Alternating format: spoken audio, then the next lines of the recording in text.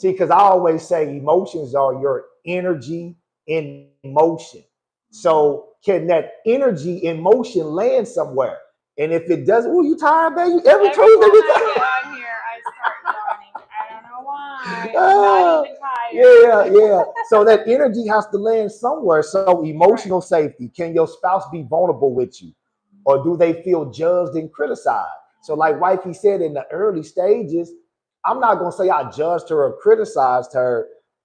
Well, no, I guess I would say that in a Probably. way In a way, because yeah. because I would feel Without like like saying it in those words. Yes. yeah, because I would feel like sometimes when she came to me with those emotions, like, why are you feeling that way? I Right. don't feel that way, so you shouldn't feel that way, right?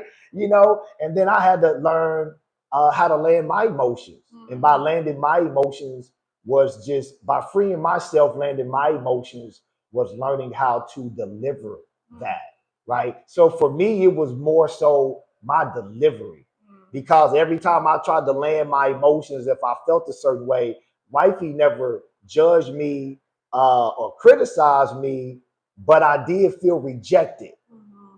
But I had to understand that was because the way I was delivering it. So think about this. If you walk up to somebody and you slap them in the face, you think they ain't gonna respond? Right.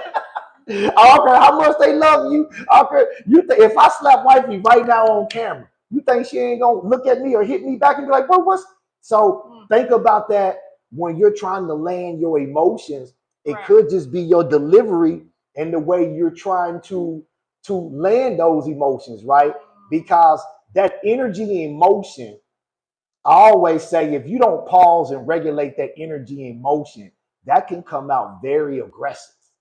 And if that comes out aggressive, that lands with It's your definitely partner. not gonna land the right way if it comes out like that. Because watch this. If I land that aggressive, how you gonna react? Oh, I'm gonna get aggressive back. And that's what I'm saying. So It's reciprocal, you know. yeah. So everything starts with you. That's why I always say, from an individual standpoint, it starts with you, good people. So listen, because if your relationship isn't emotionally safe, y'all hear me say this, you will eventually stop sharing, and where there's no sharing, there's no intimacy and there's no caring, right? Which leads me to my next point. Are you sexually free? Yeah, man, we about to talk about this thing because Wifey looking like a snack. You see? So let's talk about it. Like I said before, if you stop sharing, there's no intimacy. And when there's no intimacy, how can you be sexually free? And then another thing, let's talk about sexually free from, if your partner's sexual uh, level or freak level, let me say it like this, is on a 10 and yours is on a 5, man, that's a huge gap, good people. How do you close that gap Right. to become sexually free? So when we talk about sexual freedom, do you communicate your sexual needs? Right? That was a big one for us in the beginning. So just talk about a little bit how we became more and more sexually free over the years. Part of that was communicating those sexual needs to your partner. But was some of that kind of embarrassing in the beginning?